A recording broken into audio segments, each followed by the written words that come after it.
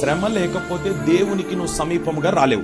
శ్రమ అని అగ్ని వచ్చిందనుకో, ఆటోమేటిక్ గా యేసయ్య దగ్గరికి వచ్చి ఆయన పాదాల మీద పడిపోతాం. శ్రమ లేనిదే సింహాసనము, శ్రమ లేనిదే మోకాల జీవితం, శ్రమ లేనిదే ప్రార్థన జీవితం రాదు. కొన్ని నిన్ను శ్రమలో ఆయన్నే పెడతాడు. ఎందుకు పెడతాడనంటే నువ్వు కాస్త దూరంగా ఉన్నావు, ఆయనకు దగ్గర తీసుకొని రావడానికి అడ్డుగా ఏమున్నాయో వాటిని ఆయన తొలగించి నిన్ను దగ్గరికి తీసుకొచ్చుకుంటాడు. ఒంటరి వానిగా చేసేస్తాడు.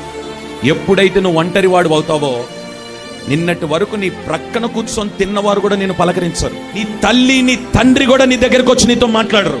కుటుంబం అంతా నేను దూరం పెట్టడం ప్రారంభిస్తుంది. ఎందుకొరకో తెలుసా? ఆ ఒంటరితనములో నేను దేవునితో మాట్లాడాలని. నువ్వు ఒంటరిగా ఉన్నప్పుడే నీ కుడి చేయి పట్టుకొని నీకు సహాయము చేస్తాడు. నిన్ను శ్రమ పెడుతున్నాడు అని అంటే నువ్వు సంతోషించాలి. ఎందుకో తెలుసా? ఈ శ్రమ నాకు మేలాయను.